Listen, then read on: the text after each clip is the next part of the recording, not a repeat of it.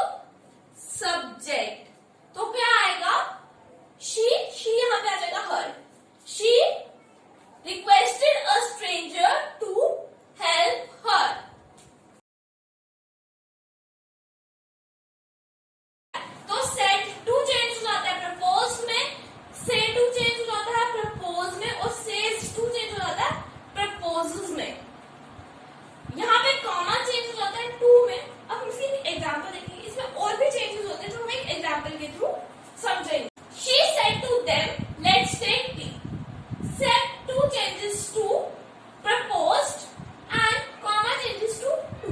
She proposed them to. किस चीज के लिए प्रपोज किया? Let's take tea. चाय पीने के लिए. तो she proposed to them to take tea. इसे हम एक इस तरह से लिख सकते हैं. और दूसरा तरीका इसको लिखने का ये है कि हम यहाँ पे should लगाएंगे और इसे चेंज करेंगे object of the reporting verb में. क्योंकि जब भी हम किसी ऐसे सेंटेंस की बात करते हैं जिधर हमें सब्जेक्ट नहीं होता है तो वहां पे हम किसे कंसीडर करते हैं? यू को कंसीडर करते हैं. यू सेकंड पर्सन है और सेकंड पर्सन चेंज होता है ऑब्जेक्ट में. तो हम इसे इस तरह से भी लिख सकते हैं. She proposed to them that they should. अगर हम let का यूज कर रहे हैं सेंटेंस में तो say to चेंज हो जाता है suggest में और says to चेंज हो जाता है suggests में और said to चेंज हो जाता है suggested में. कॉमा चेंज होता है that में और यहाँ पे हम let की जगह लिखते हैं एक पॉइंट जो मैं आपको बता रही हूँ. इसे हमें हमेशा याद रखना है. let की जगह हम लिखते हैं might be allowed. तो अब हम इस सेंटेंस को देखेंगे. said to changes to suggested. We suggested them. Comma changes to that. We suggested to them that him. Third person that remains unchanged. तो him को अगर हम सब्जेक्ट में ले जाएंगे तो वो बन जाता है he. और let चेंज होता है might be allowed. तो बन जाएगा he might be allowed to sing. let change होता है might be allowed to और उस अकॉर्डिंग हमारा सेंटेंस बन जाएगा we suggested them that he might be allowed to